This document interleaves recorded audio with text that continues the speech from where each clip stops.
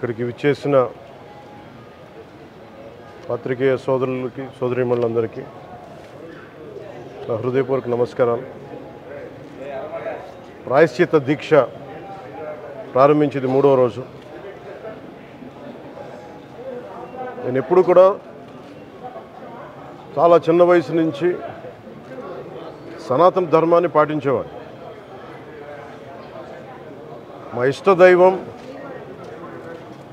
ఆంజనేయ స్వామికి ఎప్పుడు రామభక్తులం. మేము ఎప్పుడు భక్తి, ఆధ్యాత్మికత ఇవన్నీ కూడా ఇంట్లో ఇది మా స్వవిషయం అని చెప్పి ఎప్పుడు దీన్ని లోపలే పెట్టుకుంటాం తప్ప, లేదంటే అవసరమైన సమయాల్లో, పూజా సమయాల్లో, పండగల సమయాల్లో చెప్పుకుంటాం తప్ప దీనిని ఈ రకంగా చెప్పుకునే పరిస్థితిని ఎప్పుడు మేము అలవాట్లేదు. ఈ సగటు హిందువులో ఉన్న విధానం ఇది. ఎందుకంటే ఈ దేశంలో ఉన్న సగటు హిందువుకి ఎప్పుడు భయం ఉండదు. సగటు హిందువుకి ఏ రోజు కూడా ఇంకొక మతం మీద కానీ ఇంకో వ్యక్తి మీద కానీ ద్వేషం ఉండదు. విజయనగర సామ్రాజ్యం నుంచి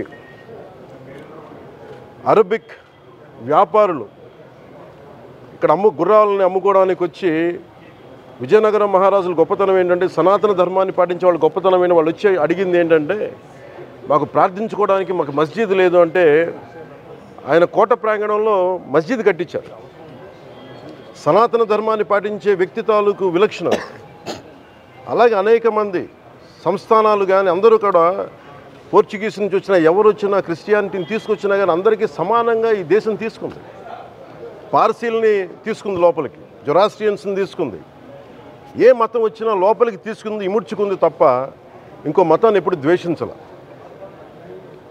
కానీ ఈరోజు నేను మాట్లాడుతుంది ఈ ప్రాయశ్చితం దేనికి, మా దీక్ష అనుకుని నేను ఎప్పుడు, మీ అందరికీ తెలుసు 5 సంవత్సరాల వైసీపీ పాలనలో ఇదే దేవాలయంలో కనకదుర్గ అమ్మవారి రథం తాలూకు మన సింహాలు మాయమైనవి, కొన్ని ఇబ్బందులు, తప్పులు జరిగినాయి అంటే ఒక్కొక్కరు ఎలా మాట్లాడారు వైసీపీ నాయకులు. వాళ్ళెవరు ముస్లిమ్స్ కాదు, హిందూస్ కాదు, వాళ్ళెవరు ముస్లిమ్స్ కాదు, క్రిస్టియన్స్ కాదు, హిందువులే అందరూ.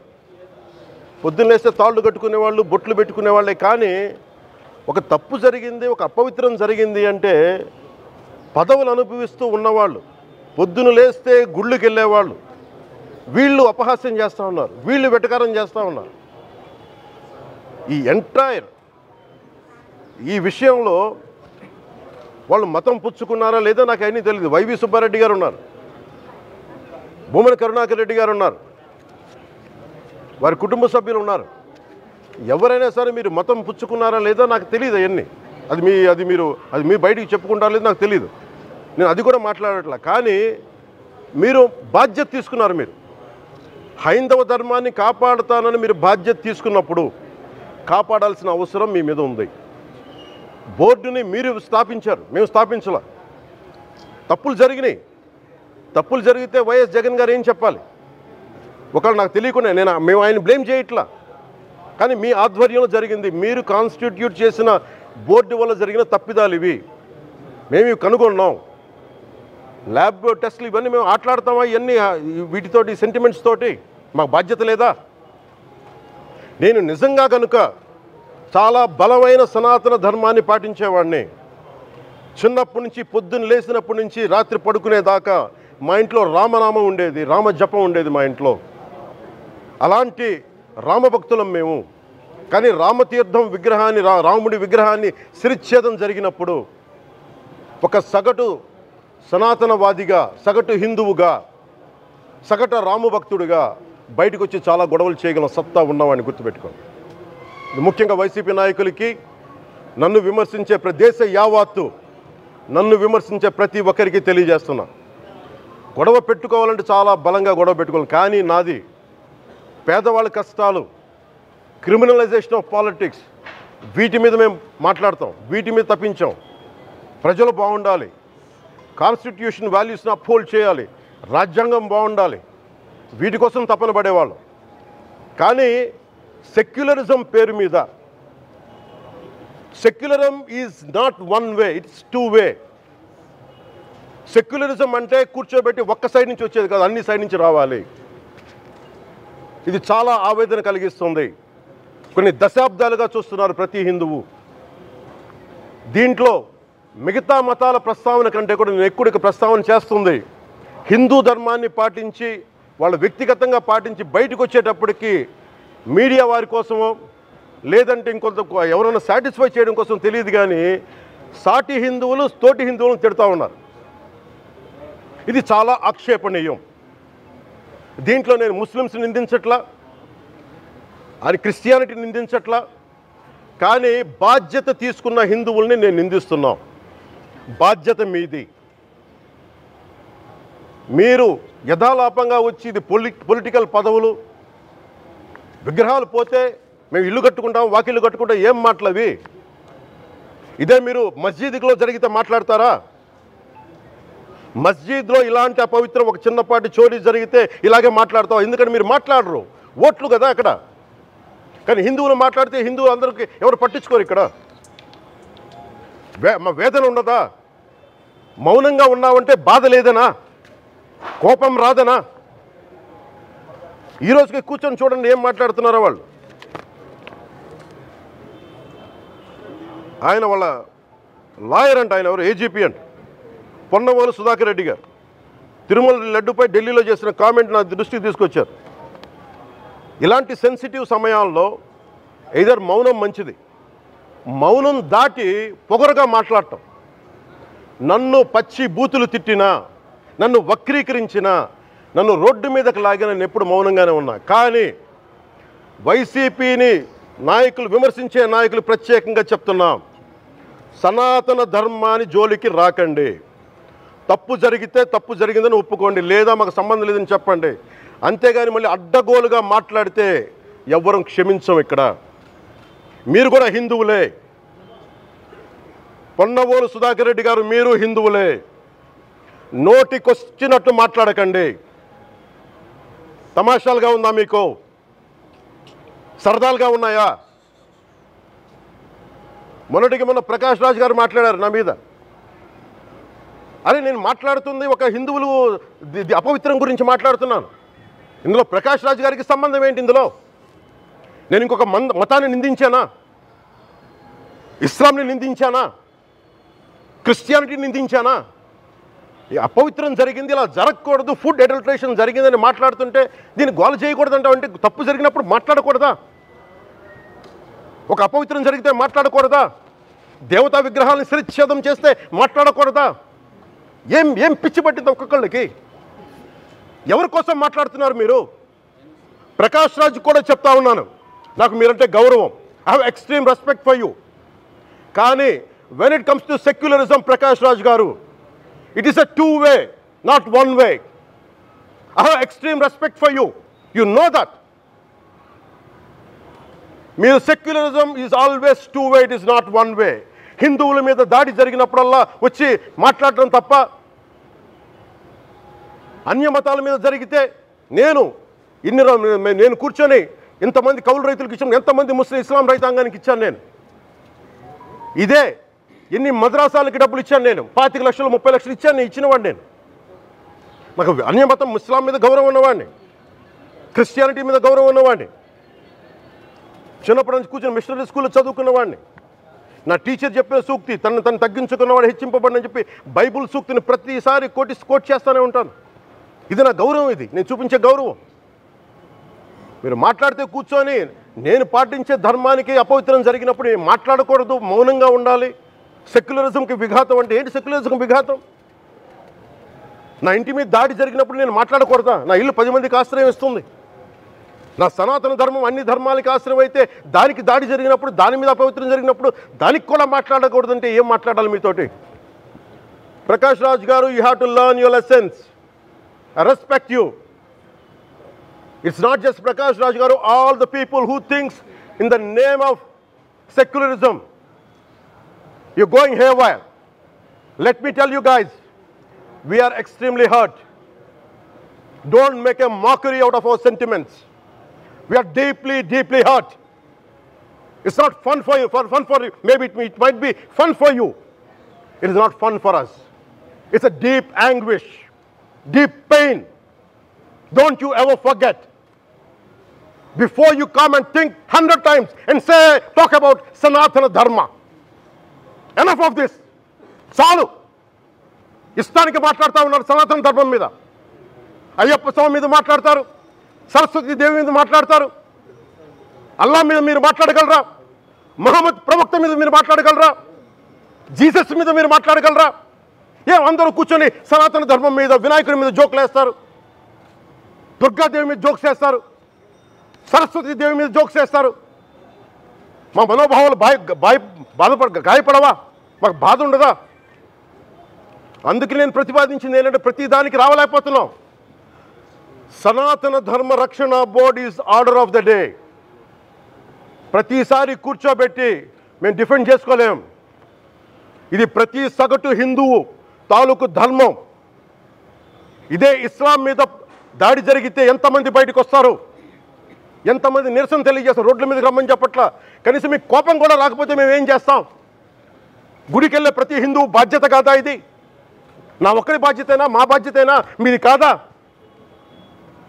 ధర్మాన్ని పరిరక్షించరాదు మీ బాధ్యత కాదా? ఈయన పొన్నవోలు సుధాకర్ రెడ్డి గారు మాట్లాడేది, పంది కొవ్వు చాలా ఖరీదైంది, ఆ కొవ్వు లడ్డు నెయ్యితో ఎలా కలుపుతారు? నెయ్యి 300 రూపాయలు ఉంటే పంది కొవ్వు 1200 రూపాయలు. బంగారంతో రాగి కలుపుతారా? ఇత్తడిలో పుత్తడి కలపరు. చెంబు తయారులో ఎవరైనా బంగారం కలుపుతారా? మదం ఎక్కిన మాటలు పొన్నవోలు సుధాకర్ రెడ్డి గారు. మదం ఎక్కి వస్తే ఇట్లాంటి మాటలే వస్తాయి. మీరు నా మీద కోర్టులో కేసులు వేసుకుంటారో ఏమి చేసుకుంటారో చెప్తా. మీరు ఏజీపీలు కదా, మీ దగ్గర వేల కోట్ల డబ్బులు ఉన్నాయి కదా, వేసుకోండి కోర్టులో, చెప్పండి. సనాతన ధర్మానికి నోటికొచ్చినట్టు మాట్లాడితే మిమ్మల్ని అందరినీ రోడ్ల మీదకి లాగుతాం, గుర్తుపెట్టుకోండి. తప్పు జరిగింది, ప్రాయశ్చిత్తం చేసుకోండి, లేదంటే మౌనంగా మాట్లాడకుండా ఉండండి అంతే. మా మనోభావాలు ఇంకా రెచ్చగొట్టేలా మాట్లాడొద్దు. భూమన కరుణాకర్ రెడ్డి గారు మాట్లాడతాను నేను వెళ్ళి హై డ్రామా. రాజకీయ మనసు ఉన్నవాళ్ళు అత్యంత దారుణంగా ప్రవర్తిస్తున్నారండి. లడ్డు కలుషితమైంది అంటున్నారు. కల్తీ నెయ్యితో తప్పు చేసి ఉంటే సర్వనాశనం అయిపోతాం, రక్తం కక్కుని చచ్చిపోతాం. మీ నాశనం మొదలైంది. రెండోది అది భగవంతుడికి వదిలేస్తున్నాను. వైవి సుబ్బారెడ్డి గారు విచారణకి రావాలంటే రికార్డులు ఆయనకి ఇవ్వాలంట. మీరు ప్రభుత్వంలో రికార్డులు మాకు ఇచ్చారా? మాకు ఏం మాట్లాడుతున్నారు మీరు? మీరు కూడా విచారణకు సిద్ధంగా అండి. అసలు ఈవో ధర్మారెడ్డి గారు, ఆ మనిషి గాయబ్. ఈరోజు దాకా లేడు ఆయన. ఈరోజు దాకా మళ్ళీ కనిపించలా. ధర్మారెడ్డి గారు నేను మిమ్మల్ని చూశాను. ఆ రోజున నేను దర్శనానికి వచ్చినప్పుడు మీరు అందరూ ఎలా ప్రవర్తించారో నాకు తెలుసు, నేను చూశా. తిరుమలని ఇష్టారాజ్యంగా చేశారు, అది వ్యాపార కేంద్రంగా చేశారు, ఆధ్యాత్మిక కేంద్రం నుంచి పర్యాటక కేంద్రంగా చేశారు అది. ఇదే మీరు మక్కాకి వెళ్తే ఇలాగే ప్రవర్తిస్తారా? మీరు ఒకసారి మక్కాను చూసి నేర్చుకోండి. ఇస్లాంని పాటించే ప్రతి ముస్లిం ఎంత పవిత్రంగా పాటిస్తాడో చూడండి. అక్కడ అథారిటీస్ని అడగండి. ఒక చిన్నపాటి మస్జిద్కి వెళ్తే ఎంత పవిత్రంగా చూసుకుంటారో చూడండి. ధర్మారెడ్డి గారు మీరు హిందువులా? మీ ఇష్టానికి మీరు చేసేసుకుంటారా? మీ బిడ్డ చనిపోయాడు, చనిపోయిన కనీసం 11 రోజులు లోపలికి రాకూడదండి, ఈ లోపల వచ్చేస్తారా మీరు? మేము మర్చిపోయామనుకుంటున్నారా? ఆగమశాస్త్రం చెప్పింది మీకు ఇదేనా? అంటే గవర్నమెంట్ ఉద్యోగులు అయితే ప్రభుత్వం మీ నియమిస్తే మీ ఇష్టానికి చేసేసుకుంటారా? మాకు బాధలు ఉండవనుకుంటున్నారా? ఇదే మీరు ఒక ఇస్లాంకి చేస్తే అపచారం జరిగితే మీరు ఏం చేస్తారు? బయట రోడ్ల మీదకి వచ్చి మీరు కూర్చోబెట్టి దాన్ని పొలిటికలైజ్ చేస్తారు. మీరు పొలిటికలైజ్ చేస్తారు. నేను నిజంగా చెప్తున్నా, జగన్మోహన్ గారికి కూడా చెప్తున్నా, మీరే కనుక నేనే కనుక సనాతన ధర్మం మీద పోరాటం చేయాలని నన్ను ఆపేవాళ్ళు ఎవరు లేరు ఈ దేశంలో, గుర్తుపెట్టుకోండి. నేను కనుక సనాతన ధర్మం కోసం నేను పోరాటం చేస్తే చచ్చిపోవడానికి సిద్ధం నేను. కానీ నేను అక్కడ దాకా తీసుకెళ్ళిన విషయాలు దానికి నిదర్శనమే రామతీర్థాస్ రాముల వారి విగ్రహం శిరిచ్ఛేదం జరిగినప్పుడు ఒక్క మాట మాట్లాడకుండా చెప్పి కూర్చున్నాను. ఆ తెలివితేట లేక మీ ప్రభుత్వాన్ని కిందకి తీసుకొచ్చి అధాపాతాలను తొక్కిన మేము మాకు శక్తి లేదనుకుంటున్నావా? ఉండవనుకుంటున్నావా? కానీ మేము సమాజాన్ని కలిపి ఉంచాలని వ్యక్తులం తప్ప విడగొట్టాలని వ్యక్తులం కాదు మేము, గుర్తుపెట్టుకోండి. అలాగే ఈరోజు నుంచి ప్రజలందరికీ కూడా చెప్తున్నా, ఎవరు అన్ని మతాలని మేము గౌరవించేది ఈ నేల. ఒక జనసేన పార్టీ అని కాదు, తెలుగుదేశం పార్టీ అని కాదు. మీరు ఏ పార్టీలకు సంబంధించిన వైసీపీలో ఉన్న హిందువులందరూ ఏం చేస్తున్నారు? మీరందరూ పోటీ పడ్డారు కదా తిరుమలకి వెళ్ళడానికి. మీరు మర్చిపోయారు అది. ఇందులో ఈ పాపం మీకు కూడా వస్తుంది, ఈ పాపం మీకు కూడా తగులుద్ది. మీ మౌనం కూడా మొత్తం జాగ్రత్త, తరాలు నాశనం అయిపోతాయి. మీ మౌనం మంచిది కాదు. ఇది ఒక వెంకటేశ్వరుడికి జరిగింది కాదు. భగవంతుడికి నిరాకారుడు, ఆయనకి ఇవేం పట్టవు. మనం నమ్ముకొని ఆయనకి వెళ్తున్నాం, అది మనకి బాధ్యత. ఇది ఇంకా ప్రతి ఒక్కరు దీన్ని గుర్తుపెట్టుకోండి. చేతులెత్తి వేడుకుంటున్నాను, చేతులెత్తి వేడుకుంటున్నాను. సగటు హిందూ మీరు సినిమా టికెట్లకు వెళ్ళిపోతారు. అభిమానులందరూ మీరెవరు హిందువులు లేరా? సినిమా టికెట్ల కోసం చించుకుంటారు. సినిమాని మీరు కూర్చోడానికి మీరు మొత్తం మాట్లాడతారు. అందరిని అడుగుతున్నా, అందరు మొత్తం భారతదేశపు యావత్తు ఉన్న సినిమా అభిమానులను అడుగుతున్నా, మీరందరూ హిందువులే కదా, అత్యధికులు హిందువులే కదా. మీకు బాధ్యత లేదా? మీకు మీ సినిమా హీరోలు, నేను కూడా హీరోనే. నన్ను మించి దేశాన్ని చూడమని, సనాతన ధర్మాన్ని చూడమంటున్నా. మీ కన్వీనియంట్గా కూర్చోబెట్టి హీరోలను ఎత్తడం కాదు, నన్ను ఎత్తడం కాదు. ధర్మం విఘాతం కలిగినప్పుడు ధర్మానికి మీరు మాట్లాడటం మీ బాధ్యత. నా తరం మేము కష్టపడుతున్నాం, ముందుకు వచ్చాం. ఎవరి కోసం పడుతున్నాం ఈ కష్టాలు? మాకు సరదా కాదు. ప్రతి ఒక్కరి ఇష్టానికి వచ్చి మాట్లాడుతూ ఉంటే బాధ కలుగుద్ది. అయ్యప్ప స్వామి దీక్ష చేసే వాళ్ళ మీద ఎంత ఇష్టారాజ్యంగా మాట్లాడతారు. ఇదే మీరు ఎవరన్నా సరే ఇస్లాం మీద మీరు గొంతు ఎత్తగలరా? ఎందుకంటే రోడ్ల మీదకి వచ్చి కొడతారని మీకు భయం, అందుకు మీరు మాట్లాడరు. హిందువులు అంటే మెత్తని మనుషులు కదా, తోటి హిందువు కదా, మీరు ఏదైనా మాట్లాడచ్చు. మీకు నమ్మకాలు లేకపోతే మీరు ఇంట్లో కూర్చోండమ్మా. మీకు నమ్మకాలు లేకపోతే ఇంట్లోంచి బయటికి రాకండి, మమ్మల్ని ఏం అనకండి.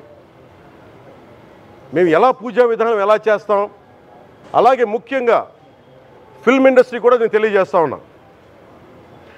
దీని మీద మీరు మాట్లాడితే మద్దతుగా మాట్లాడండి, లేదంటే మౌనంగా కూర్చోండి. అంతేగాని మీ మాధ్యమాల ద్వారా అపహాస్యం చేస్తే మటుకు ప్రజలు మిమ్మల్ని ఎవరు క్షమించరు. ఎందుకంటే చాలా డీప్ పెయిన్ ఇది. మీరు లడ్డూ మీద జోక్లు వేస్తున్నారు. నేను ఒక సినిమా ఫంక్షన్లో కూడా చూశాను. Laddu is a sensitive issue అని. Don't you ever say that. Don't you ever dare to say that, please. I respect you as actors, but when it comes to Sanatana Dharma, please, you have to think 100 times before you saying a word. One comment. Thank you.